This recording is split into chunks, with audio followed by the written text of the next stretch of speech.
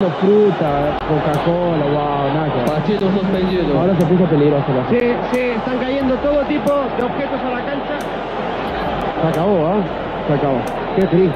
Le Chili et l'Argentine disputaient l'un des affrontements les plus polémiques dans toute l'histoire de la Coupe Davis. Les Argentins s'étaient déplacés jusqu'au parc O'Higgins à Santiago du Chili, et dans une nouvelle édition du Classico sud-américain, et l'ambiance était très hostile aux visiteurs. Le public n'arrêtait pas de crier depuis le premier point du match entre Mariano Zabatella et Nicolás Massú, quelque chose qui allait coûter cher à l'équipe chilienne. Parece que el árbitro está dando una advertencia. El jugador del equipo de Chile será penalizado. Este es el árbitro general. Cependant, et malgré les avertissements, le public n'arrivait pas à entendre raison. Et même Marcelo Ríos avait dû intervenir.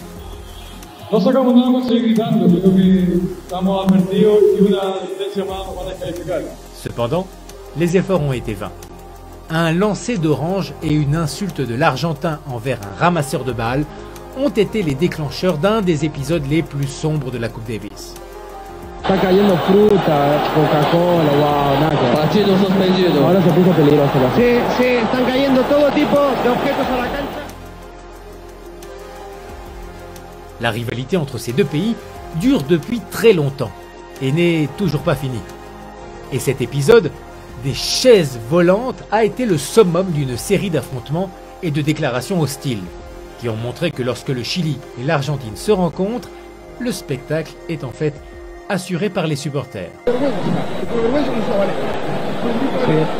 Mira las peleas, Zabaleta está dándose de golpes ahí. Yo creo que fue el punto más álgido de esta rivalidad, o sea, claramente. Estaba leyendo ahí que era como la 16ª vez que se enfrentaban, o sea, ya era un clásico y además tenía el antecedente de que en fútbol nos habían goleado 4-1 por las eliminatorias para Corea-Japón la semana anterior, algo así, y entonces el ambiente venía caldeado por lo futbolístico. Le conflit entre ces deux pays, d'un point de vue sportif, s'était centré sur les deux figures essentielles de l'histoire du tennis sud-américain. Guillermo Vilas et Marcelo Ríos étaient les deux tennismen les plus importants d'Argentine et du Chili. Ce qui, depuis toujours, a entraîné un grand débat pour savoir qui était le meilleur joueur latino-américain. Quelque chose que Marcelo Ríos s'est chargé de clarifier avec son style bien particulier.